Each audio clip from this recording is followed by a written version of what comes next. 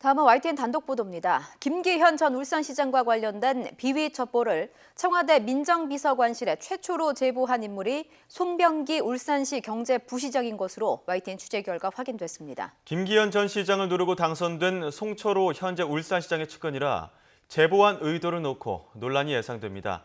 송 부시장은 YTN 통화에서 본인이 먼저 알린 게 아니라 청와대 측 인사가 물어봤다고 반박했습니다. 네, 취재기자 연결합니다. 조은지 기자. 네, 정치부입니다. 선거 개입 의혹이 커지면서 오늘 청와대가 자체 조사 결과도 발표했죠. 그러면서도 제보자 신원은 공직자라고만 했죠. 네, 오늘 청와대는 논란의 최초 제보자는 2017년 10월 외부의 제보자라고 했습니다. 당시 민정비서관실 소속 행정관이 제보자에게 스마트폰 SNS를 통해 비리 의혹을 제보받았다고 밝혔습니다. 이 제보를 받은 행정관이 알아보기 쉽게 정리하고 편집해서 백원우 당시 민정비서관에게 보고했고 박형철 반부패 비서관을 거쳐 경찰로 넘어갔다고 자체 조사 결과를 발표했습니다.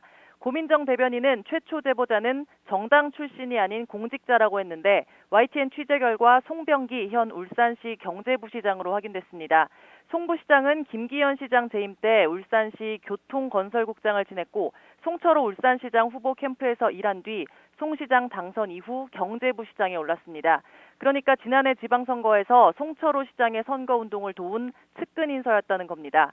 송병기 부시장은 YTN과의 통화에서 정부에서 동향을 수집하는 분이 3년 전쯤 김기현 당시 울산시장과 연관된 건설업자 김모 씨 관련 고소 고발 내용을 묻기에 아는 내용을 대답했을 뿐이라고 말했습니다.